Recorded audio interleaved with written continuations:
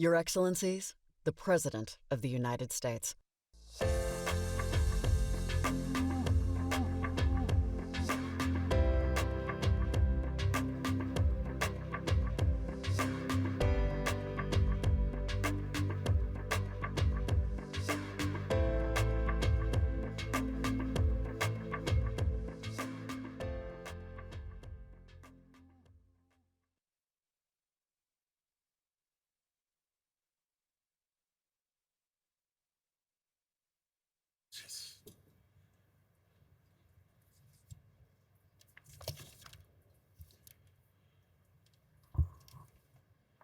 Well, good still morning, everyone. I realized last night when our dinner ended and entertainment ended, it was 5 o'clock in the morning for most of you. So I admire your collective stamina. Thank you very much. I promise my comments will not take you to tomorrow morning.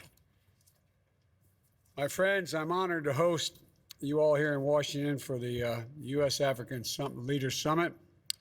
It's wonderful to spend time with you and your spouses last night at dinner, and I truly enjoyed it, and thank you for making the time. And let me also convey my condolences to the people of the Democratic Republic of the Congo for the tragic loss of life and the communities impacted due to the flooding. Mr. President, we missed you last night. But if there's anything the United States can do to help in this effort, please let us know. We'll do whatever we can. Today, I'm looking forward to hearing more from all of you about the issues and priorities that matter most to Africa and how we can deepen our cooperation. And I emphasize cooperation. Our nations have worked closely together for a long time. We've improved the lives of countless people in all our countries in meaningful ways on both sides of the Atlantic. And with this summit and with the African Union's Agenda 2063, our eyes are fixed squarely on the future. We're now in the early years that will be a decisive decade. The choices that we make today and the remainder of this decade and how we tackle these challenges, in my view, will determine the direction the entire world takes in the decades to come. As I said yesterday, the United States is all in on Africa and all in with Africa. African voices, African leadership, African innovation, all are critical to addressing the most pressing global challenges and to realizing the vision we all share, a world that is free, a world that is open, prosperous, and secure. Africa belongs to the table in every room where global challenges are being discussed, and in every institution where discussions are taking place. That's why I announced in September at the United Nations General Assembly that the United States fully supports reforming the UN Security Council to include permanent representation for Africa. And today I'm also calling for the African Union to join the G20 as a permanent member of the G20. It's been a long time in coming, but it's going to come. And today I'm also, whether we're upholding or defending the foundation principles of global peace and security enshrined in the UN Charter and the UN and in the AU's seminal documents, or meeting the challenges that impact every nation, the people of Africa are indispensable partners to delivering the progress that benefits everyone, not just in Africa and the United States, but the whole world. The COVID-19 pandemic, followed by Russia's unjust and unprovoked war against its neighbor Ukraine, has roiled the global economy, erasing many of the development gains that we worked so hard together to achieve over the past 2 decades. But that doesn't change our shared goals and our commitment to seeing them through. It only makes it more urgent for us to take decisive action and take it together. That's why over the next 3 years, working in close cooperation with the United States Congress, we plan to commit $55 billion in Africa to advance the priorities we share and to support the Agenda 2063. That number represents a comprehensive commitment from the United States to invest in Africa's people, Africa's infrastructure, Africa's agriculture, Africa's health system, Africa's security, and more. In our view, our new shared vision statement lays out a forward-looking foundation for the 21st century partnership between Africa and the United States. We want to work with you on these issues that matter most to our people's lives, and we're looking to increase our collaboration in every area, from rural communities to urban centers to cyberspace to outer space. In addition to our investments, we're also committed to helping African countries assess the financing you need to build sustainable and inclusive economies. We're leading a global effort to pursue equitable arrangements for global creditors to provide debt relief so nations can prioritize their people, not backbreaking debt payments.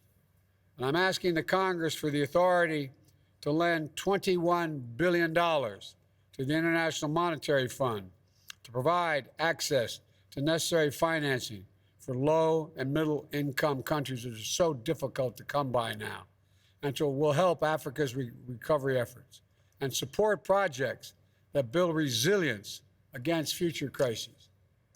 As we engage with your countries, the United States will always lead with our values: support for democracy, respect for the rule of law, commitment to human rights, responsible government.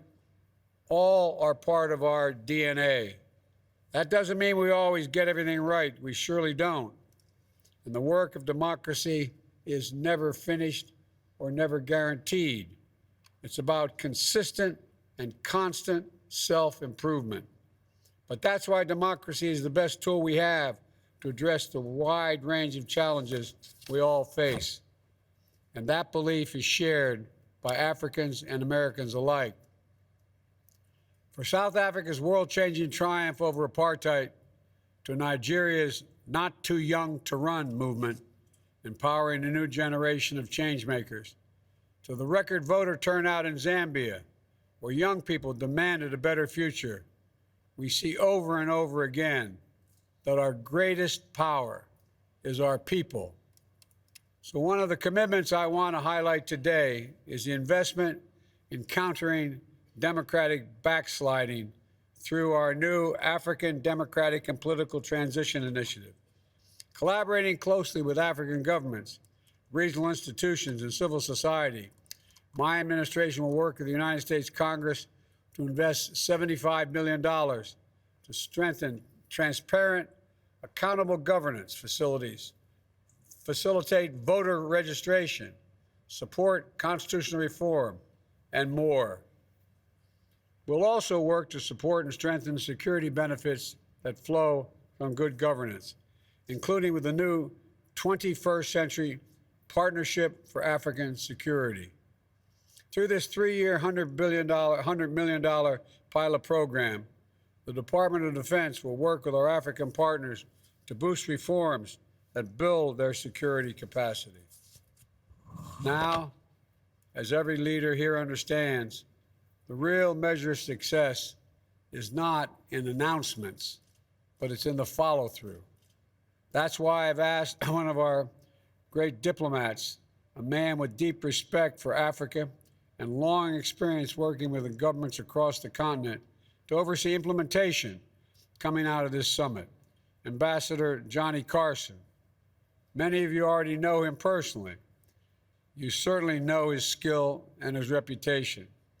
So you know that he's going to make sure we translate our commitments on paper into progress that people can see in their daily lives.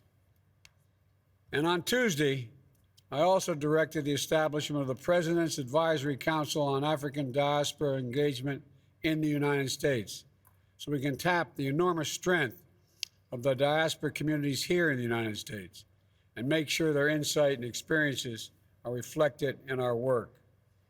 And finally, I'm grateful that all of you made the journey to Washington for this summit, and I'm eager to visit your continent. As I told some of you, you invited me to your countries. I said, be careful what you wish for, because I may show up. The poor relatives always show up. The wealthy ones never show up. The poor come and they eat your food, stay longer than they should. Well, I'm looking forward to seeing many of you in your home countries. I also directed the establishment of the President Advisory Council, as I said, on the diaspora. We'll get input from them. And finally, I'm grateful that all of you made the journey, as I said. And I know it's been long, and I know when you arrive here in the middle of the night and then start off a couple hours later with meetings, it's a long haul. Vice President Harris is also planning to visit, as is my wife, Jill. Secretary Blinken's on his way, Secretary of Defense Austin, Secretary of Treasury Yellen, Secretary of Commerce Raimundo, the USAID Administrator Power, and our Ambassador to the United Nations, Linda Thomas Greenfield. Promise you'll send them back. Promise you'll send them back. I need them. They all want to go, but I'm worried they won't come home. But I'm all kidding aside. We're all going to be seeing you, and you're going to see a lot of us because we're deadly earnest and serious about this endeavor. And you're going to see us deliver our commitments, all of our commitments. Now, we've crafted this summit and this agenda in close cooperation with the African Union and focus on African priorities. The United States fully supports the blueprint you laid out in Agenda 2063 to build an integrated, quote, integrated, prosperous, and peaceful Africa that is driven by the African people, centered in inclusive and sustainable development, and where Africa is an indispensable global partner. I'm eager to hear from all of you. How can the United States deepen our partnerships with you and better work with African nations in the AU to fulfill the aspirations of Agenda 2063? I want to thank you all again. And I'm now going to turn it over to Secretary of State Blinken to facilitate our discussion. Again, thank you so much for being here. Appreciate it.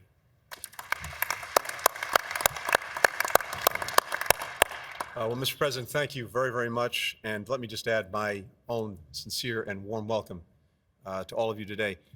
This is the last day of the summit. We've had a multiplicity of events, meetings, conversations, but I think this is the first time everyone is actually around the same table.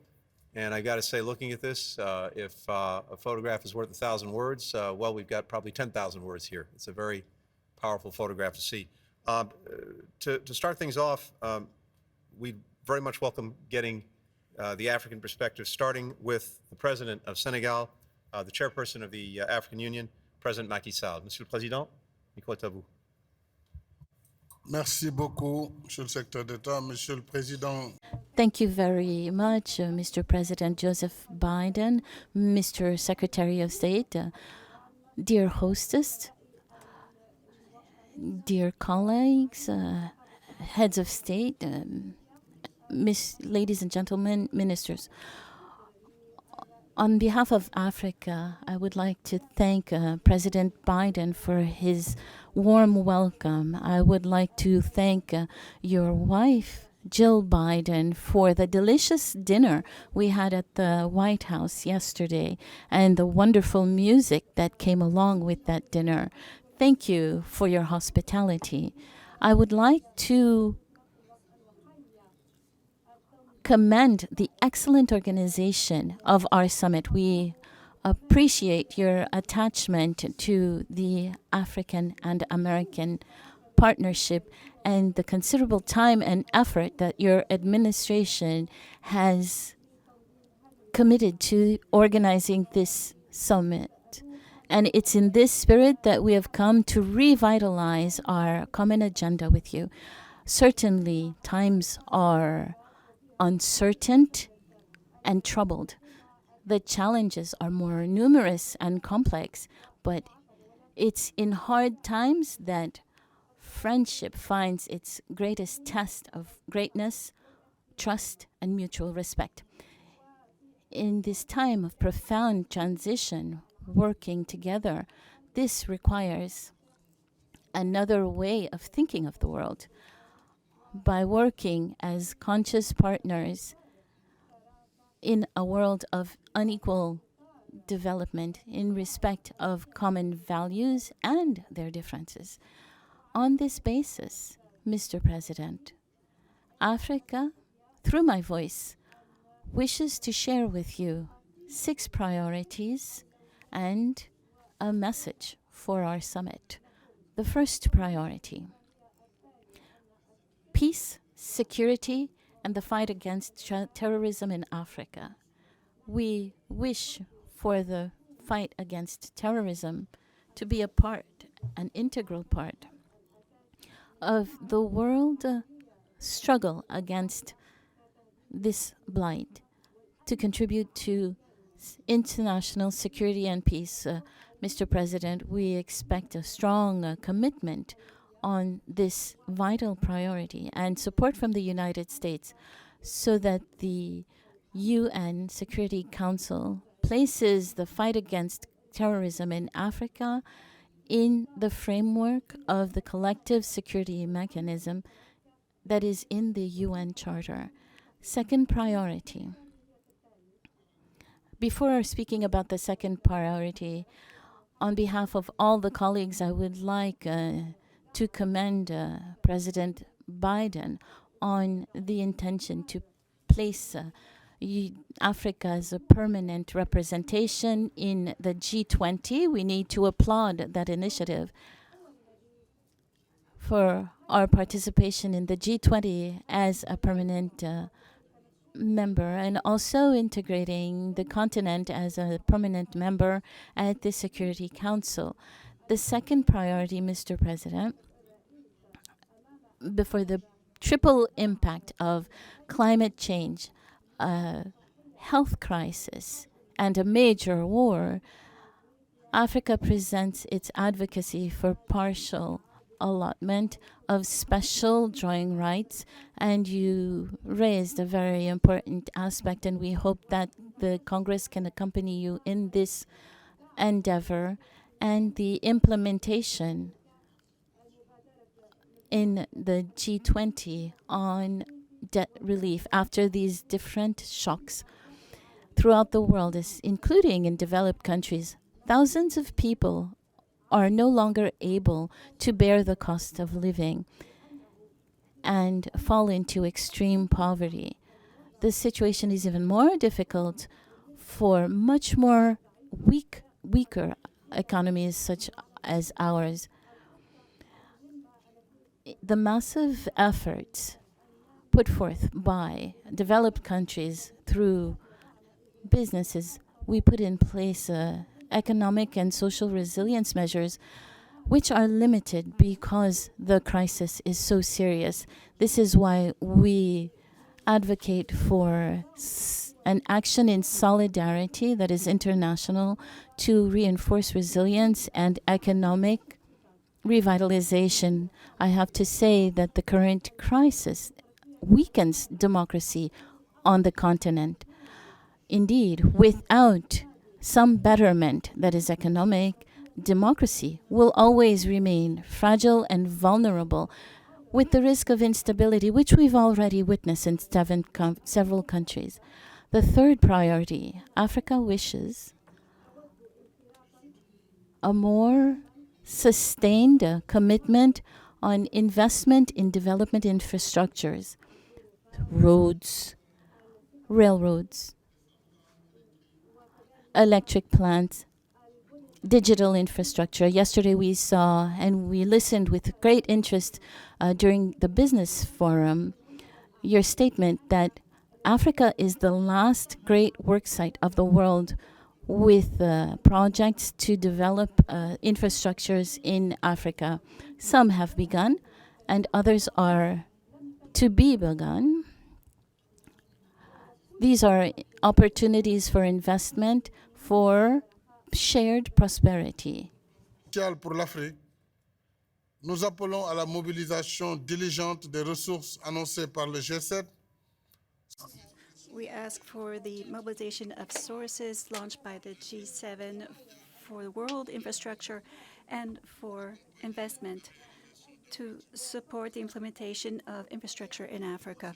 Obviously, it's not about just about mobilizing the public sector, although it does need to be involved, but funds need to be invested in Africa to invest and to obtain private investments. The priority, Mr. President, is that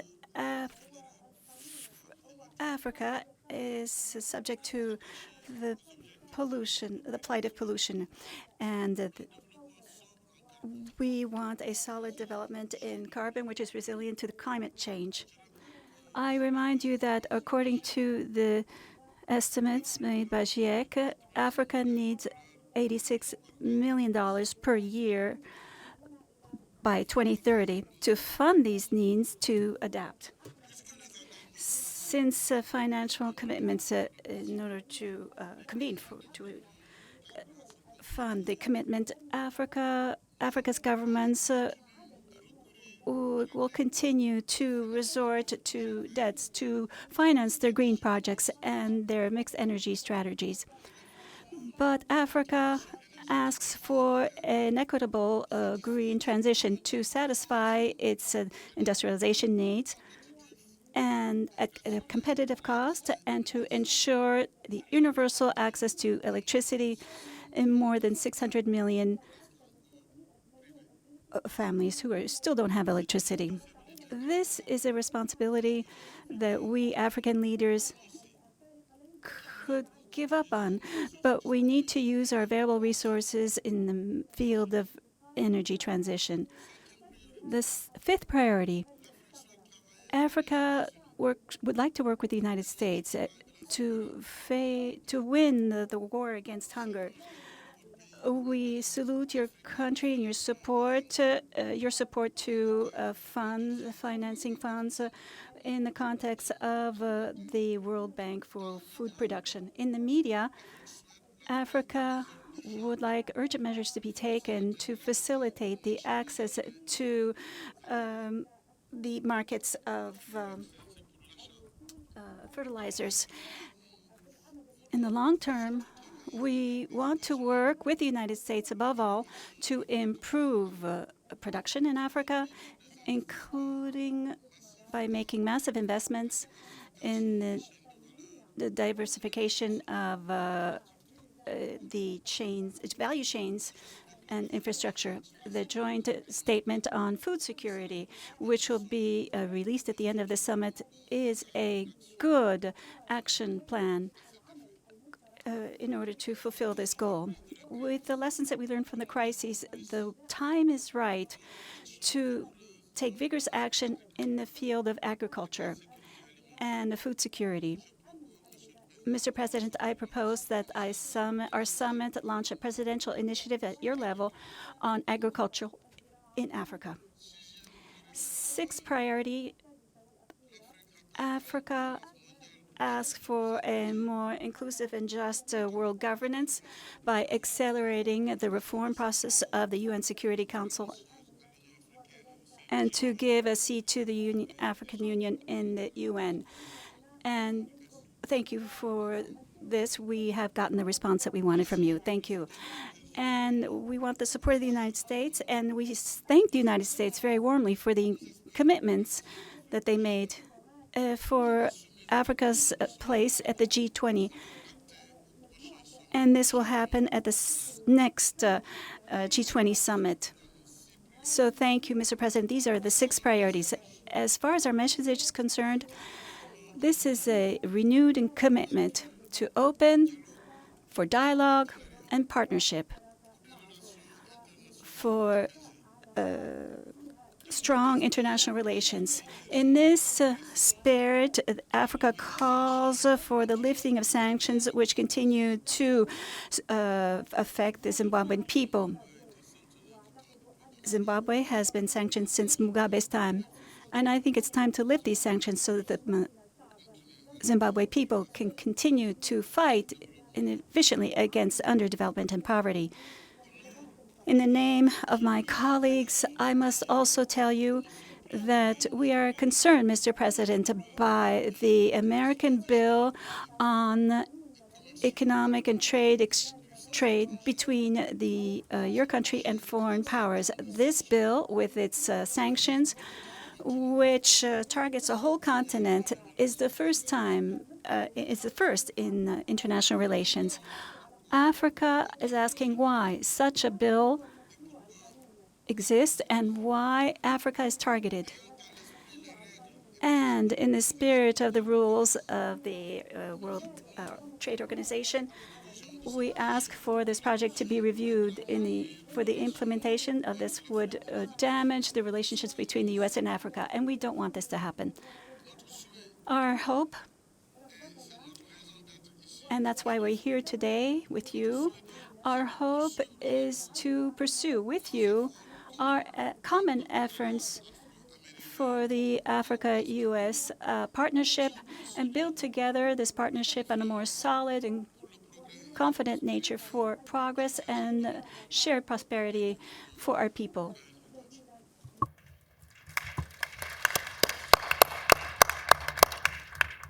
Merci beaucoup, Monsieur le Président. Thank you, Mr. President. To the chairperson of the African Union Commission, Chairperson Moussa Faki Mohamed. Merci, Monsieur le Secrétaire d'État, Excellences. Thank you, Mr. Secretary of State, Your Excellency, Mr. President. We salute the President of the Senegal, Macky Sall. And facilities offered for the success of this summit. Notre rencontre d'aujourd'hui. Our meeting today is historical for many reasons. All the aspirations which were undertaken with the help of the President Macky Sall are part of the Agenda 2063, converge upon our goals, which concern peace, integration, inclusive development, good governance, democracy, and human rights.